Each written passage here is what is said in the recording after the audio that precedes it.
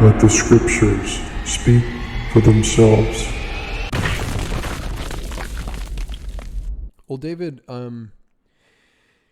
I'd like to kind of close with some final thoughts. I'd love to hear your final thoughts on anything we talked about. If there's something else you want to talk about, I'd be happy to do that. Or if there's maybe some advice you'd have. I'm sure most people listening to this, at least from my circle, if anyone listens to this, it's probably the first times they're hearing these types of things. And how do we, and I think you really spoke to it very well in the beginning when you talk about a pendulum swinging. We need to be careful that we don't overswing, and some things challenge that we just trash everything we've ever learned on a topic. I think it's still helpful to have known, even if you disagree, but where would you point people for,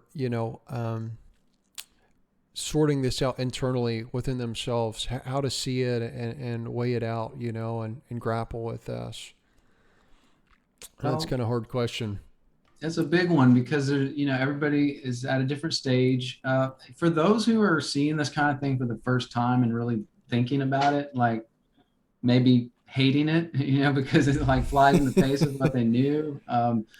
I understand that for one, but just I would encourage you to not come away angry or bitter at me or Grant for this, but just instead take it as a chance to reaffirm your beliefs. Go back to the scriptures on the things that you feel like you are hearing from us that you disagree with, and go back and prove them out to yourself again. That's what essentially I had to do when I started hearing these types of things, is I went to the Bible, right? And I encourage you to do that thing.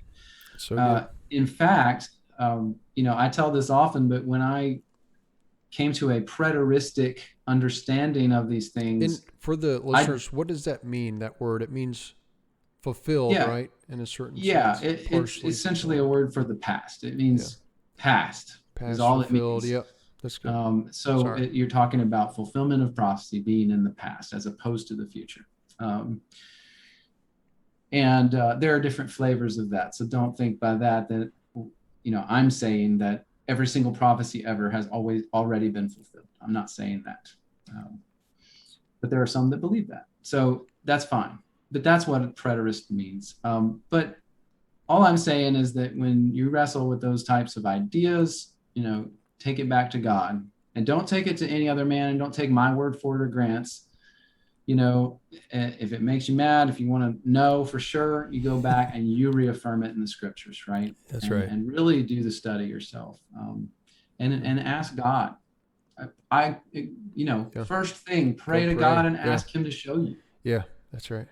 Because every time I've done that, He's been faithful, and it didn't always turn out how I thought. Yeah.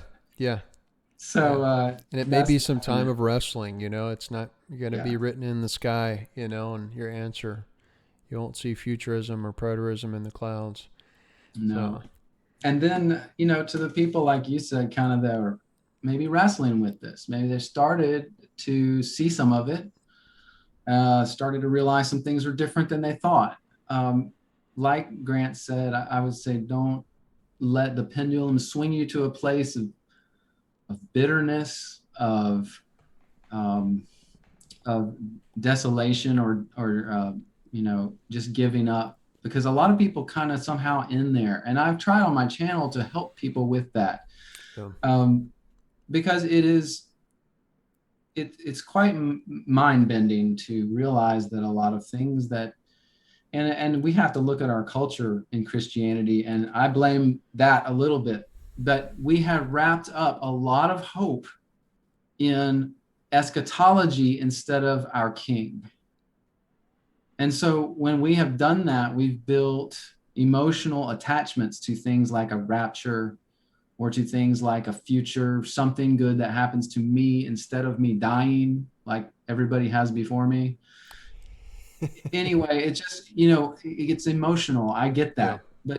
But we have to somehow shake off that baggage a little bit, and not let it take us to a place of darkness. Just stay in the Word, stay in prayer, and try to keep your bearings about you as you go about learning about these things, I would say. What do you say about that, Grant? No, that's good. And I have one other question to close this out for you, if you could help everyone out. But Sure. yeah, I would say the same thing. If there's anything I would want to leave as a legacy, as an impact, as a Bible teacher to 21st century Americans is, man, you're literate. You know how to read. I posted something on social media the other day that said the person who doesn't read, it was Mark Twain of all people, the person who doesn't read is on the same playing field, essentially, is on the same level as the person who doesn't know how to read, you know? And so Wow. for people that you're a 21st century American, you have podcasts that are free. You got guys like me and you that are just bending over backwards, doing it the best of our ability, out of our time, to just do everything we can to help people understand the scriptures. And we have more resources that are free and available than ever before in history that I know of. And so we are without excuse, and so if we spend our life being led by people and not going to the scriptures ourselves and going to God ourselves, then what we're going to have is whoever we chose to lead us is going to take us. And that may take us to the right place, may take us to the wrong place. It could take us anywhere. It depends on the leader.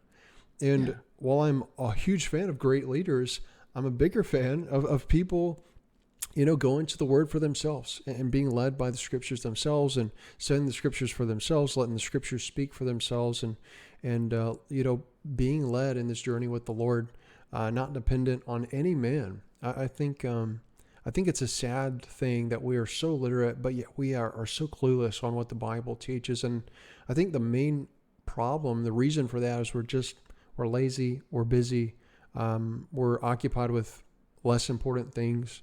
And so I get being busy, I get having, responsibilities, all that stuff. But things like your podcast or my podcast, people can listen to this kind of stuff on the way to work, or people can, while they're working out. I mean, I'm always learning. I'm that kind of weird, strange guy that's always listening to something and learning. But, even if people don't go to that extreme side, they can still, grow themselves. So it's kind of long-winded, but that's what I would say with this kind of stuff. If it bursts your bubble, then maybe that's good. Maybe you need to not be so dependent upon, anything but God himself and his word,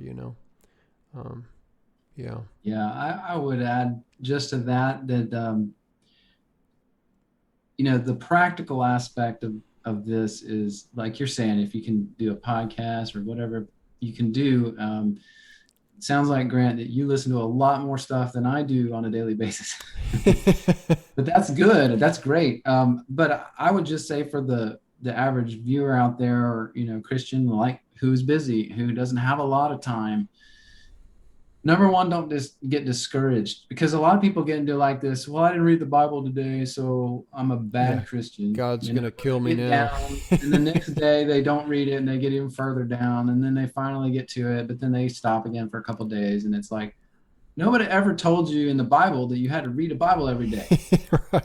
Don't get worried about it. Yeah. But right. When you do have time, make the most of it. And I would say to do that, I would say put down the Max Lucado and the, Terry Kirkhurst or whatever her name is. Yeah.